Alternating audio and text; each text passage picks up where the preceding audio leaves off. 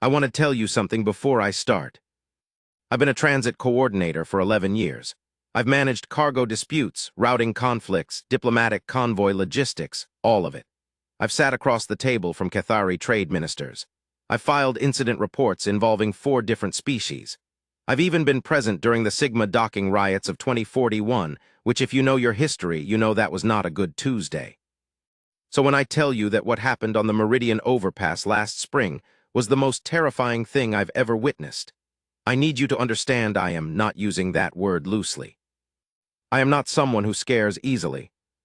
And I was terrified. Not right away I was just confused, then angry, then confused again. And then when I found out what was actually happening, what was really happening underneath all of it, that's when the terror set in. The cold, slow, creeping kind.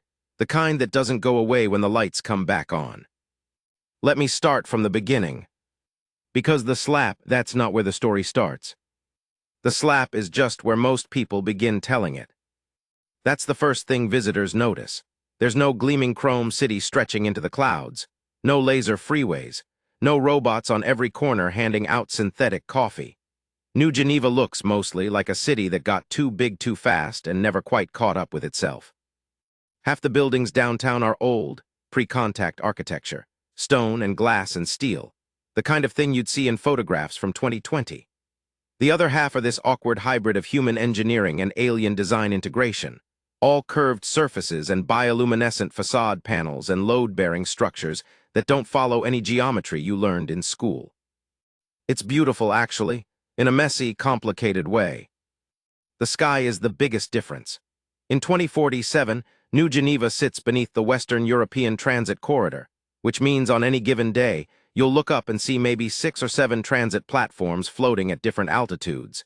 Massive flat slabs of propulsion-assisted architecture, carrying cargo and passengers between ground hubs and the orbital stations above. They move slow, those platforms, slow and silent, and they cast these enormous irregular shadows across the city below. On clear days, when the light hits them just right, they look like clouds that forgot to be soft. That morning, the morning of the incident, I'd taken the early shift because my supervisor Dietrich was out sick, and somebody had to manage the diplomatic convoy routing for the Veltheran delegation's arrival. The Veltheran were scheduled to land at Meridian Platform 7 at 10:17. They were here for the Integrated Species Commerce Treaty, the big one, the one that had been in negotiation for almost 4 years. Big deal, politically I mean, very big deal. I'm going to describe the Veltheran briefly, because I know some of you reading this might not be familiar. They're tall, not grotesquely tall, but tall. The average Veltheran adult stands between 7 and 8 feet, and they carry that height in this particular upright, almost rigid way that makes them look even taller. Their coloring is dark, deep grays and blacks with bioluminescent striping along the jaw and the backs of the hands that shifts color depending on their emotional state. Calm is blue. Agitation is yellow-green. Anger is, and this matters later, a deep, pulsing amber. They have 4 arms. The lower set is smaller, used mostly for fine manipulation. The upper set is what they use for interaction, gesture, combat if it comes to it. Their faces are okay. I don't want to say unsettling because that sounds xenophobic and I genuinely don't mean it that way. But they have this quality of absolute stillness when they're thinking or observing, like a held breath, like a photograph. And then they move and it's fluid and fast and slightly too smooth, and your brain does this little double take every time. I say all this because it matters. It matters for what the driver saw. It matters for what I found out afterward. The convoy was supposed to be simple. 3 ground vehicles, the kind we use for high-security diplomatic transport, armored hydrogen cell drives, black, no markings except the joint UN Galactic Council sigil on the rear panels. The route was pre-cleared. Descent from Meridian 7, through the transfer gate on Avenue Lumiere, down the overpass, and into the diplomatic quarters' secure entry zone. I was watching from the coordination center, which is this glassed-in room above the main transit hub. Screens everywhere. Feeds from every camera on the route. 2 colleagues with me, Priya, who handled comms, and a younger guy named Femi who'd only been with us 8 months and was still at the stage where everything interesting made him nervous. The Veltheran delegation came down on schedule. 6 diplomats plus security staff, Veltheran security, not human. That was a whole separate protocol thing that had taken 3 months to negotiate, the question of who provides security for a foreign diplomatic species on human soil. In the end, they brought their own, which honestly I think was the right call for everyone. The vehicles loaded at the platform. I watched it on feed 7. Ambassador Velshara, that was the head of the delegation, boarded the second vehicle. She was easy to identify even on the grainy platform feed because she was the one who moved differently from the others, more deliberate, more contained, like every motion was a decision that had been considered and then chosen. I remember thinking, watching her board, this is someone who has done this 1,000 times and is still paying full attention. That kind of discipline is rare in anyone, human or otherwise. They pulled out at 10:41, 24 minutes behind schedule, which was actually pretty good given the complexity of the offloading. I was feeling okay about it. Priya had the route comms running clean. Femi was watching his screen and only occasionally making the face he makes when something worries him. Routine. It felt completely routine. The Meridian Overpass is a 6-kilometer elevated transit corridor that runs east to west above the old city center. It's wide, 4 lanes each direction plus a dedicated emergency shoulder, and the guardrails on both sides are this reinforced alloy composite that's partly transparent, so you can see the city below as you drive. At the right time of day, when the shadows from the transit platforms are falling just so, it can be genuinely beautiful up there. At 10:53, Convoy Vehicle 1 was crossing the midpoint of the overpass. Vehicle 2, the one carrying Ambassador Velshara, was approximately 200 meters behind. Vehicle 3 was another 100 meters back. And then a driver named Marcus Ackafer, a 29-year-old independent cargo hauler who had absolutely no idea a diplomatic convoy was on that road, came around the overpass access ramp in a beat-up hydrogen flatbed with a cracked proximity sensor and a blinking navigation panel, and he cut directly into the convoy lane. Not maliciously, not recklessly. His sensor was broken. He genuinely didn't see the signal markers. He pulled in between vehicles 1 and 2, completely unaware. And Vehicle 2, Ambassador Velshara's vehicle, was forced to brake hard. I watched it on the feed. The vehicle didn't skid. The safety systems held fine. Nobody was hurt. From a pure traffic incident standpoint, it was minor. A 4-second disruption, then the convoy was reforming. But the convoy had stopped. And that's when it happened. Document 1.3, Build Tension. I want to explain something about Veltheran diplomatic protocol before I describe what happened next, because without that context, what Ambassador Velshara did looks completely insane. The Veltheran have this concept. It doesn't translate perfectly, but the closest approximation is something like Velkira, which roughly means the sacred moment of arrival. When a Veltheran diplomat is in transit to a formal meeting, the journey itself is considered part of the diplomatic ritual. An interruption to that journey, a forced stop, a deviation, anything unexpected, is considered by their customs a significant breach of protocol. Not just rude, not just inconvenient, a genuine breach of diplomatic sanctity. Now, how they respond to a breach depends enormously on context. A known disruption, a prearranged security delay, a weather rerouting, that's handled through formal acknowledgement and doesn't constitute a breach. An unknown disruption by an agent who has no standing and no authority, that's different. We knew this. Our protocol documents were very clear about this. What our protocol documents did not adequately cover was what happens when the disruption is caused by a confused cargo hauler with a broken proximity sensor, who has absolutely no idea any of this exists. Marcus told me later, when I interviewed him as part of the incident review, that he'd pulled onto the overpass and realized immediately that something was off. The vehicles ahead of him were marked. The spacing was deliberate. It took him maybe 15 seconds to understand he'd accidentally inserted himself into some kind of official convoy. He said his first instinct was to pull right, find the emergency shoulder, and let them pass. That's exactly what he did. He started to pull right. He was in the middle of this maneuver, halfway onto the shoulder, his flatbed angled, engine at idle, when the door of Vehicle 2 opened. He said he thought someone was coming to yell at him. He was ready for that. He'd already started rolling down his window, already had his hands visible. already had the posture of someone who knows they've made a mistake and is not going to be difficult about it. What came through his window was not yelling. What came through his window was a Veltharan diplomatic hand. Flat open, swift. Across his left cheek. I saw it on the feed. Not clearly, the angle was bad. Camera 6 covers the overpass from the western end, and the resolution isn't great at that distance. But I saw the door of vehicle 2 open. I saw a figure move to Marcus's cab. I saw Marcus's head snap sideways. I said, "What was that?"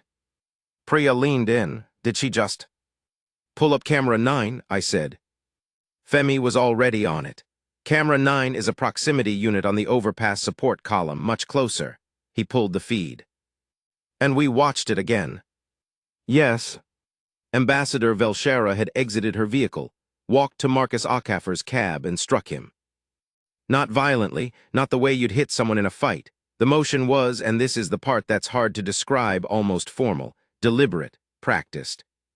Like it was a gesture that had a specific meaning within a context we didn't fully understand.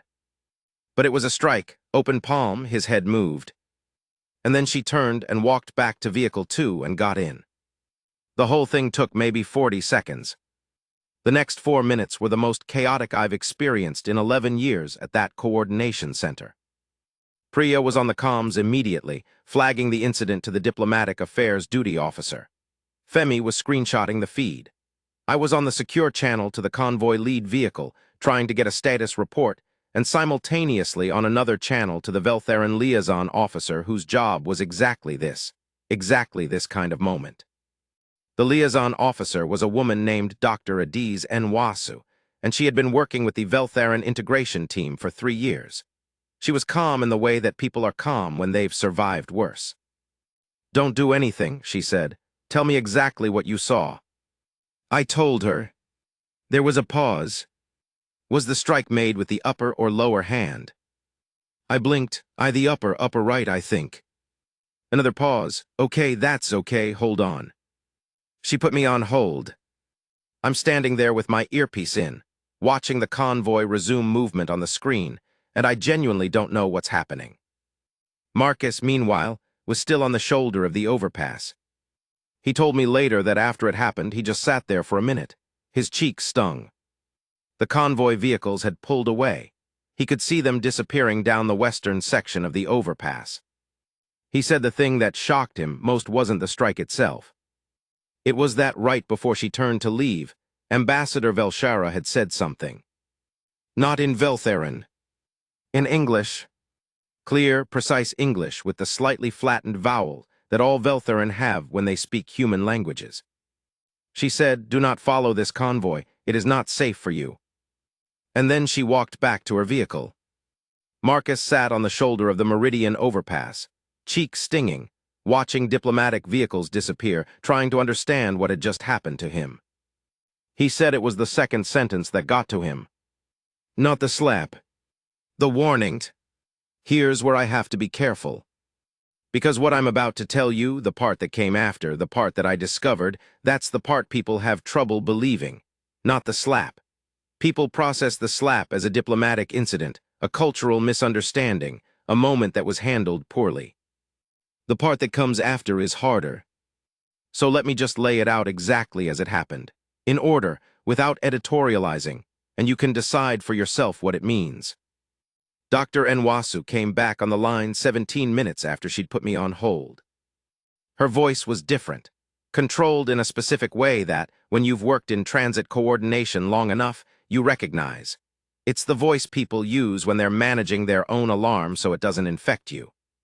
She said, "The convoy has arrived safely at the diplomatic quarter. Ambassador Velshara is requesting a brief informal meeting with your incident coordinator. That's you, within the hour." She wants to explain the interaction on the overpass. She wants to explain, I repeated. Yes. The slap. Yes. She wants to explain the slap. Coordinator, I understand this is unusual. I need you to come in. This isn't optional, but I also want to be clear, you're not in any trouble. Ambassador Velshara specifically requested you because she reviewed the coordination logs and knows you were monitoring the convoy route. I looked at Priya, She was watching me with wide eyes. "Okay," I said. "I'll come in." The diplomatic quarter is in the eastern part of New Geneva, walled, though walled is too simple a word. It's more like a contained environment. The architecture inside is different, built to accommodate multiple species simultaneously. Ceilings are high. Environmental controls can be tuned room by room. There are sections I've never been to, can't go to, don't want to know about. I was escorted through the main gate and into the human-accessible wing. Down a long corridor with that particular quality of light you only get in formal spaces, not harsh, not soft, just very precise. Like the room was designed to make sure you see things clearly. Ambassador Velshara was waiting in a meeting room. She was seated, which surprised me. Veltherin almost never sit in human presence, not because it's rude, but because human furniture generally doesn't fit them well and they find it uncomfortable. The fact that she was seated, using a specially designed chair that put her at roughly eye level with where I'd be standing, was, I understood later, a deliberate choice. She wanted me to be comfortable. Think about that. A diplomat from a civilization that spans 11-star systems wanted a transit coordinator from New Geneva to be comfortable. She gestured to the chair across from her. I sat. Dr. Nwasu was in the room, off to one side. There was also a Veltherin aide standing near the far wall, very still as they are watching. Ambassador Velshara spoke in English, precise, flat-voweled, clear. "You watched the convoy on your monitoring system," she said. "You saw what occurred on the elevated passage." "The Meridian overpass," I said. "Yes."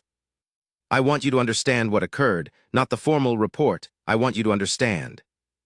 I nodded. "The human driver," she said, "was in danger, not from me, from what was following his vehicle. I want to pause here and tell you what my face probably looked like in that moment.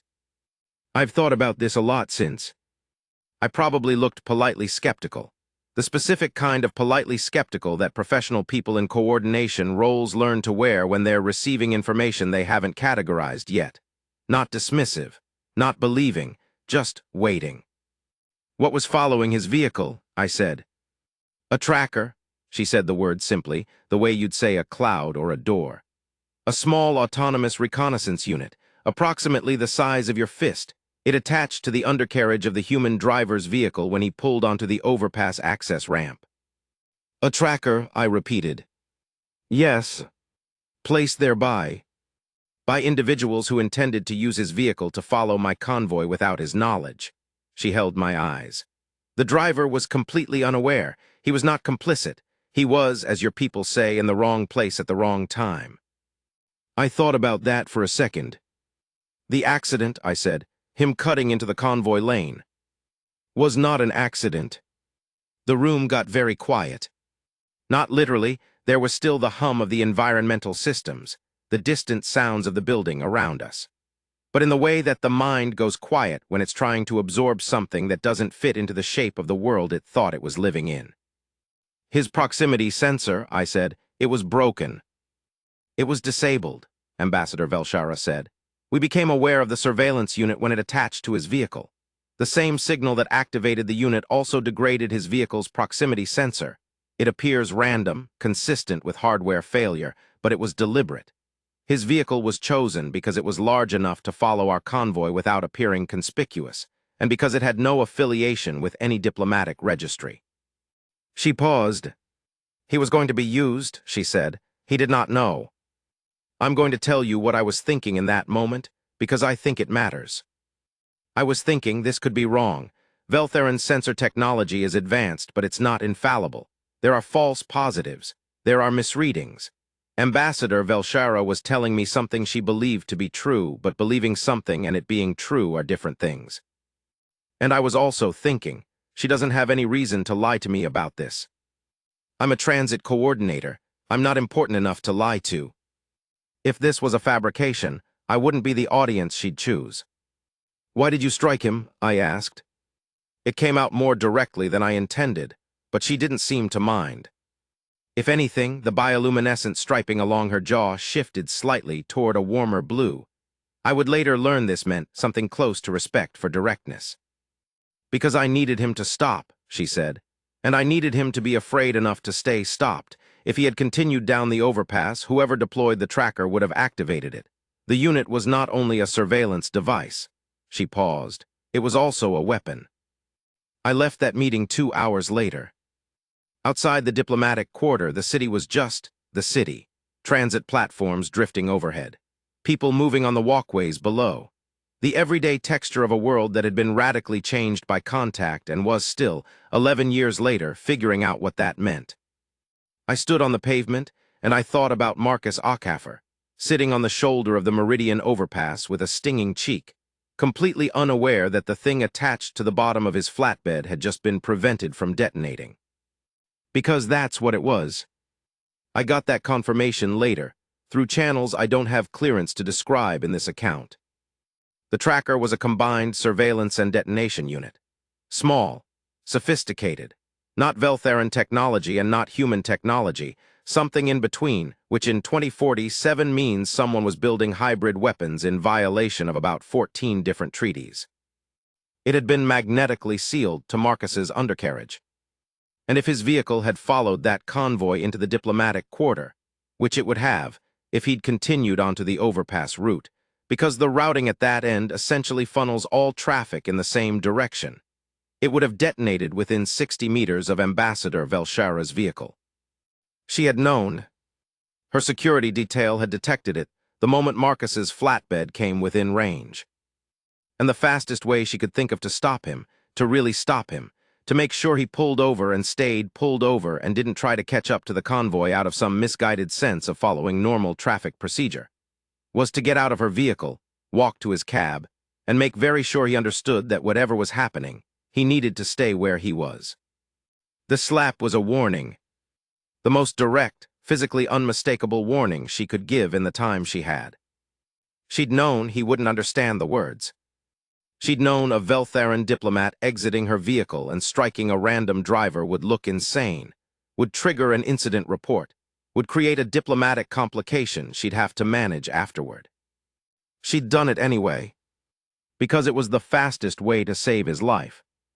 The incident report was filed, classified, and then refiled at a level I don't have access to.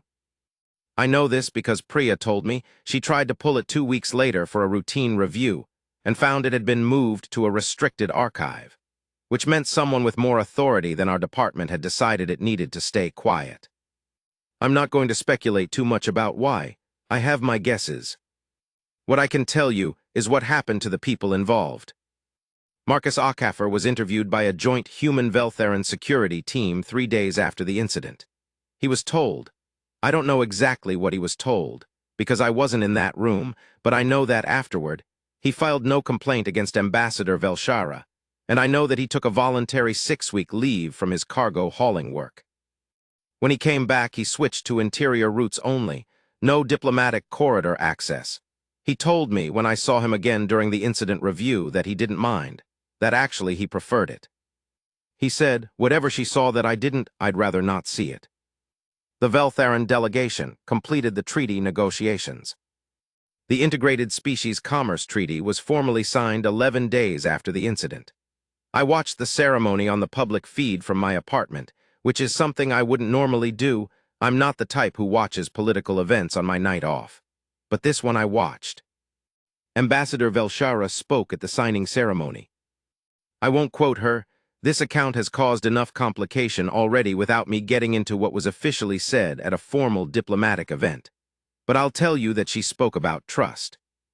About the difficulty of trust between species who do not share the same instincts, the same threat responses, the same ways of communicating urgency. She said, and this part is publicly available, so I'll paraphrase, that the deepest form of diplomacy is not speaking the same language. It is acting correctly even when you cannot explain your actions in time for them to be understood. I sat in my apartment and watched that and thought about a man with a stinging cheek sitting on the shoulder of an overpass, completely confused, while a threat he didn't know existed detached from his vehicle and was neutralized by a security team he never saw. The hybrid weapon unit. I want to say something about that because it's the thing that keeps me up some nights. It wasn't Veltheran. It wasn't standard human military technology. The investigation, what I've pieced together from what I'm allowed to know, pointed to a non-aligned manufacturing source. Someone operating in the space between species jurisdictions, the gray zone that opened up after contact when suddenly there were 11 different legal frameworks applying to the same physical space, and nobody had quite figured out how to close the gaps. A lot of bad things live in those gaps. A lot of people, human and otherwise, have found ways to profit from the confusion of a world that's still reorganizing itself around the fact that we are not alone in the universe. The treaty that Ambassador Velshara had come to sign was designed to close some of those gaps, which means someone had a reason to prevent the signing, which means the target wasn't just the ambassador. I'll leave the rest of that thought unfinished, because some conclusions are safer left as questions. Dr. Nwasu called me a month after the incident. Not officially, personal call to my private contact. She said I wanted to check in. That was a lot to sit with. I said, yeah. She said, the ambassador asked me to pass something on to you. I didn't say anything.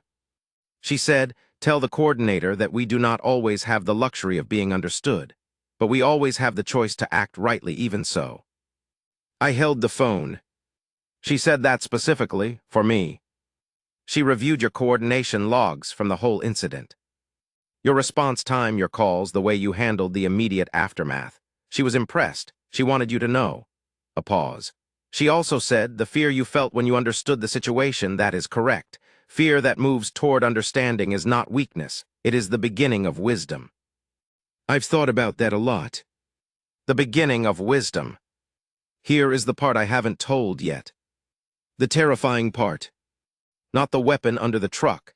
Not the conspiracy behind the treaty disruption. Not even the fact that Marcus Aucaffer had been unknowingly recruited as a delivery mechanism for an assassination attempt. The thing that actually terrified me. It happened 4 days after my meeting with Ambassador Velshara. I was back at work, processing the incident documentation, running through the convoy feeds again as part of my review responsibilities. I was watching Camera 9, the close-range overpass feed. And I saw something I'd missed the first time. When you watch incident footage and review, you watch it differently than you watch it live. Live, you're tracking the moving elements, the vehicles, the convoy spacing, the incident itself. In review, you slow it down. You look at the margins. You look at what's in the background. I was running the footage from 10:50 to 11:02. The incident was at 10:53. At 10:51, 2 minutes before Marcus's flatbed cut into the convoy lane, there is a pedestrian walkway that runs parallel to the overpass, about 40 meters below. It's a public walkway, heavily used, nothing unusual about it. At 10:51, I saw a figure on that walkway stop. Just stop. In the middle of the walkway, in the middle of the flow of people, this figure just stopped and looked up. Camera 9's angle catches a slice of the walkway. It's not great resolution, but in the playback, slowed to 40%, I could see the figure clearly enough. Human-shaped, wearing a gray jacket, carrying something, a bag, a case of some kind. Standing still, looking up at the overpass, not at the convoy vehicles, not at Marcus's flatbed, looking at the specific support column where Camera 9 was mounted. Looking at the camera, I froze the frame, stared at it. Then I ran it back, watched the figure arrive at that spot on the walkway. It wasn't random, the path they'd taken was deliberate, threading between other pedestrians with a precision that's not how you walk when you're just passing through. That's how you walk when you know exactly where you're going and you're trying to look like you don't. I ran it forward. At 10:53, the exact moment of the incident, the figure moved, turned, walked away at a pace that was still controlled, still measured, but slightly faster than before. Gone in 12 seconds. I almost called Dr. Nwasu right then. I had the phone in my hand. And then I thought, wait, let me look at the other feeds first. Because if this person was there intentionally, if they were positioned there to watch the convoy, to confirm the incident, maybe to activate the device, then Camera 9 wasn't the only one that would have caught them. I pulled every feed that covered the walkway. Camera 11, Camera 14, the transit hub overview from Camera 2. I found the figure on 3 more feeds. And on each one, they were doing the same thing. Not watching the overpass, not watching the convoy. Watching the cameras. Every camera they passed, they angled their face correctly. Not looking away, that's what you'd do if you were trying to avoid being seen. They were looking directly, briefly, at each camera. Like they were confirming which cameras were active. Like they were making a record. I went back to camera 9, the close one. And that's when I saw it. In the 40% speed playback, in the upper left corner of the frame, which covers the overpass railing partially, there was something attached to the railing. Small, flat, the color of the railing itself. I almost missed it.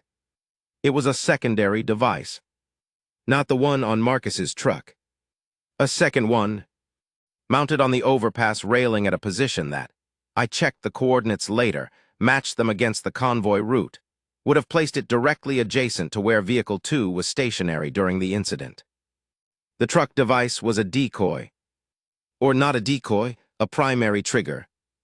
The railing device was a secondary trigger, a backup.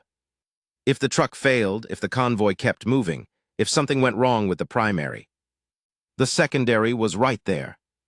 Already in position. Already waiting. I sat in front of my screen in the coordination center. Priya had gone to lunch. Femi was on a call on the other side of the room. And I sat there with the frozen frame on my screen, that small, flat rectangle attached to the overpass railing. And I understood something that I don't think our investigation had fully understood yet. This wasn't one person. The figure on the walkway wasn't the bomber. The figure on the walkway was a watcher, a confirmer. Which meant there had been at least 3 operational elements. Whoever disabled Marcus's proximity sensor remotely, whoever placed the secondary device on the railing, and the watcher on the walkway below. At minimum 3. In position. Coordinated.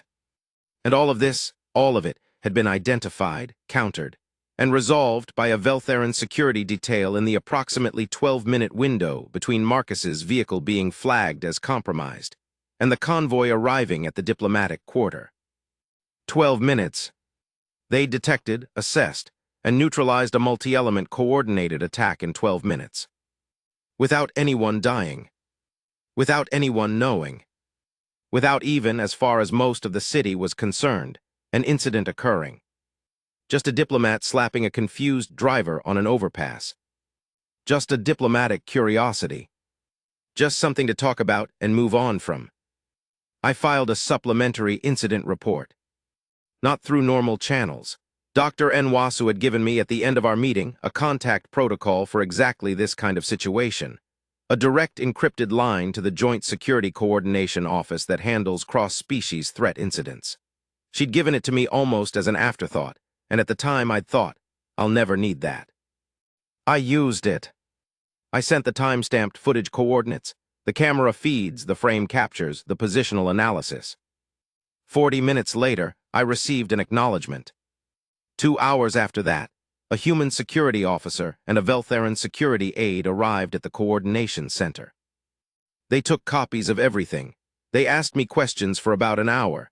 They were professional and calm and did not tell me anything. Before they left, the human officer, middle-aged, tired-looking, the kind of tired that comes from years of knowing things you can't talk about. He paused in the doorway and looked back at me. "You did the right thing," he said. "What's going to happen?" I asked. He thought about that for a moment. "The right things," he said, slowly, the way they usually do. And he left. The secondary device was quietly removed from the overpass railing within 12 hours of my report. I know this because I checked camera 9 footage the next morning. The railing was clean. The figure on the walkway, the watcher, was identified. I don't know who they were. I don't know what happened after the identification. Some information isn't mine to have, and I've made a kind of peace with that. Not a happy peace. The uncomfortable kind where you understand that the world is bigger than your knowledge of it, and the only honest response to that is humility. 3 months after the incident, I was promoted. Not to anything dramatic. Shift supervisor, covering the diplomatic transit corridors. More responsibility, better credentials, access to coordination-level security briefings that I hadn't had before. I don't know if the promotion was connected to what I found. Maybe it was just timing. Maybe someone made a note somewhere I didn't ask. Some things are better as questions. I ran into Marcus Aucaffer at a transit hub about 5 months after the incident.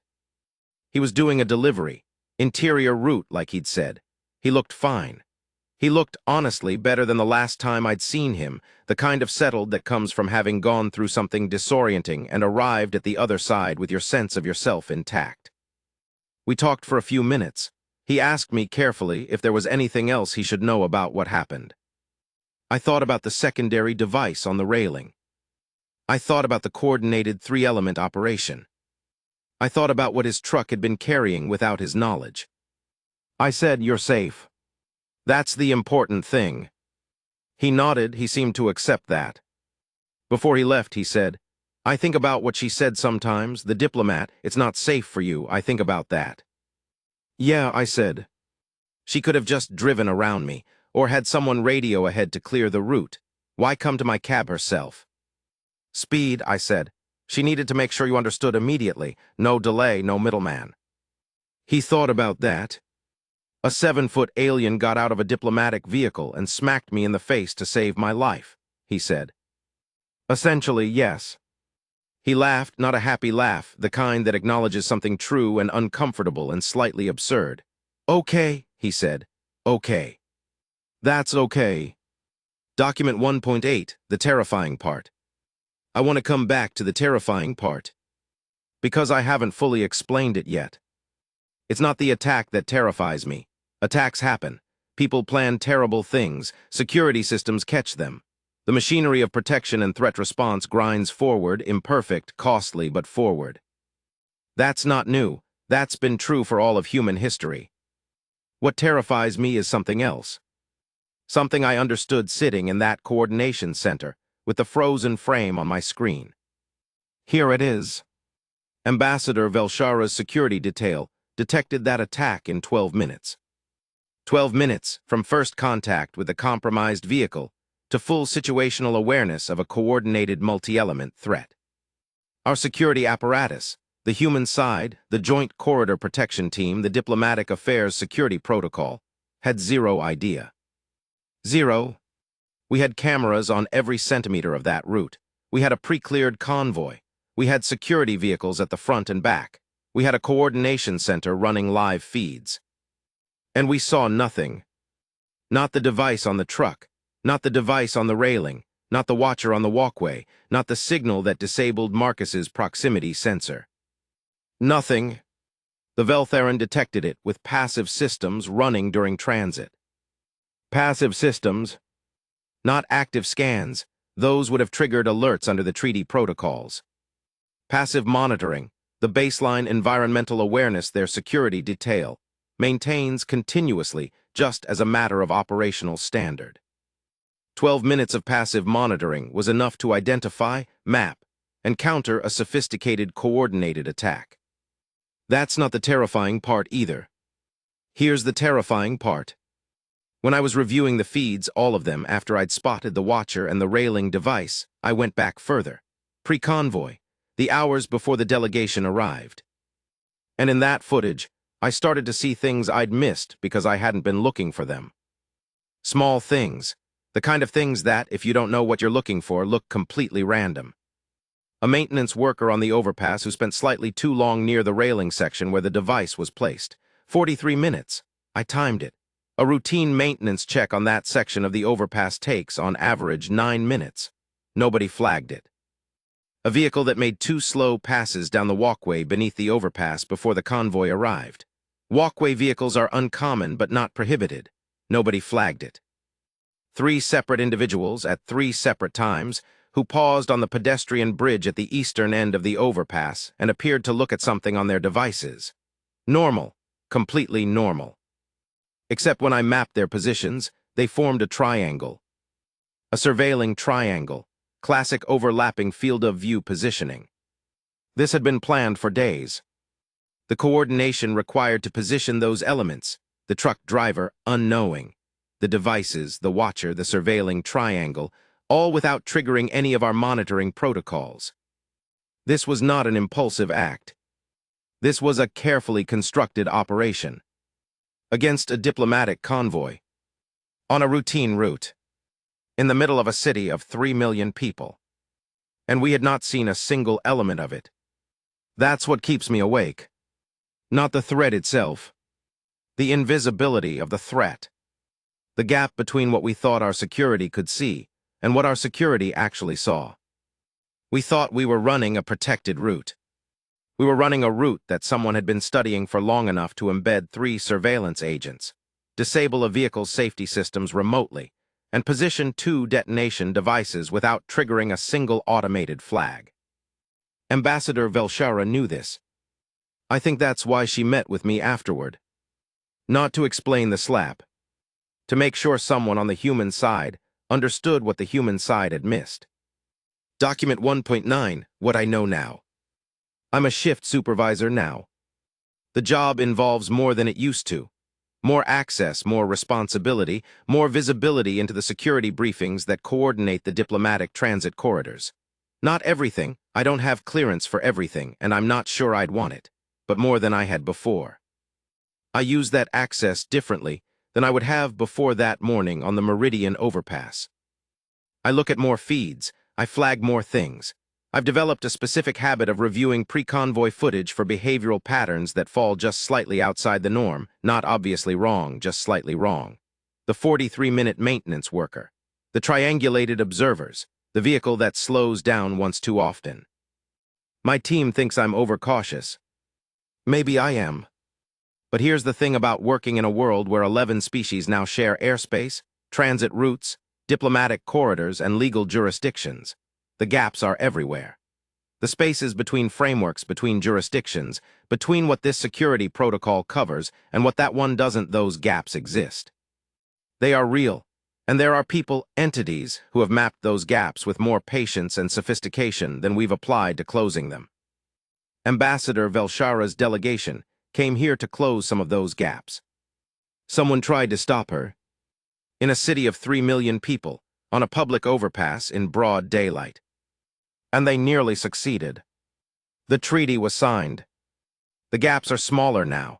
Not closed, maybe they can never be fully closed in a universe this complicated with this many actors, this many interests, but smaller. That's something. I think about the ambassador sometimes. I think about a being who operates in a world we're only beginning to understand, who sat across a table from me in a room designed to make me feel at ease, and tried to explain, patiently, directly, without condescension, why she had done something that looked like assault and was actually protection. I think about what it must be like to carry that kind of knowledge, to see threats that the people around you can't see, to know that the gap between what you understand and what they understand is too large to close in the time available, and to make decisions in that gap anyway. To act rightly even when you cannot explain your actions, in time for them to be understood. That's a kind of courage I hadn't thought about before. Not the dramatic kind, not the visible kind. The quiet kind. The kind that gets called a diplomatic incident in a report that gets filed and reclassified and quietly archived. I went back to the Meridian overpass about 2 weeks after everything settled. Not for work, just went. Stood at the eastern entrance and looked west along the 6 kilometers of elevated corridor. The city below, the transit platforms above, the particular quality of light in the late afternoon when the platform shadows are long and the sky between them is gold. The railing where the device had been was clean. Just a railing. I stood there for a while. Then I went home. Document 1.1, ending.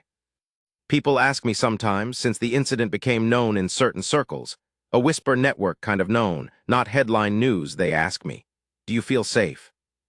It's a reasonable question. The honest answer is, I feel correctly calibrated. Which sounds like a bureaucratic non-answer, but I mean it genuinely. Before the overpass, I felt safe in the way that people feel safe when they don't know exactly what the threat landscape looks like. A comfortable ignorance. Not false, exactly, the world was safer in those gaps than the gaps suggested, but incomplete. After the overpass, I understand the threat landscape better. I see more of it. I know how the gaps function, what they enable, what it costs when someone exploits them. And I also know something else. I know that a diplomatic delegation from a species that has been doing this for centuries, navigating threats, managing the space between what can be explained and what must simply be done, chose to save a man who meant nothing to their mission, at the cost of a diplomatic complication they then had to manage, because it was the right thing to do. Not strategically, not because saving him served any interest. Because he was in danger and they could prevent it, and so they did. That's worth something. That's worth a lot, actually.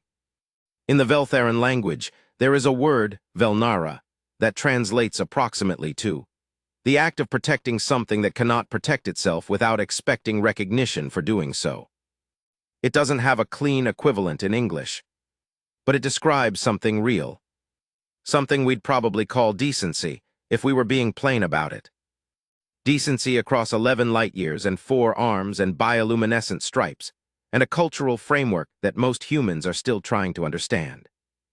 Decency. It turns out that's a universal. Or close enough to one. Marcus Akefer went back to work. The treaty was signed. The gaps got smaller. And on the Meridian Overpass, on an ordinary Tuesday in a city that's still figuring out what it means to share a universe, a woman with 4 arms and amber-striped hands made a choice that nobody saw clearly until much later. She saw the danger before anyone else did. She acted before anyone else could. And when she left, she said the only thing she had time to say. It is not safe for you. She was right. She was right about that. She was right about all of it. And the rest of us, the monitors, the coordinators, the security teams, the transit supervisors, were still catching up. Still learning to see what she saw. Still learning to look at the edges of the frame, the margins of the feed, the places where the obvious thing isn't the real thing. Still learning, as the ambassador said, to let fear move toward understanding.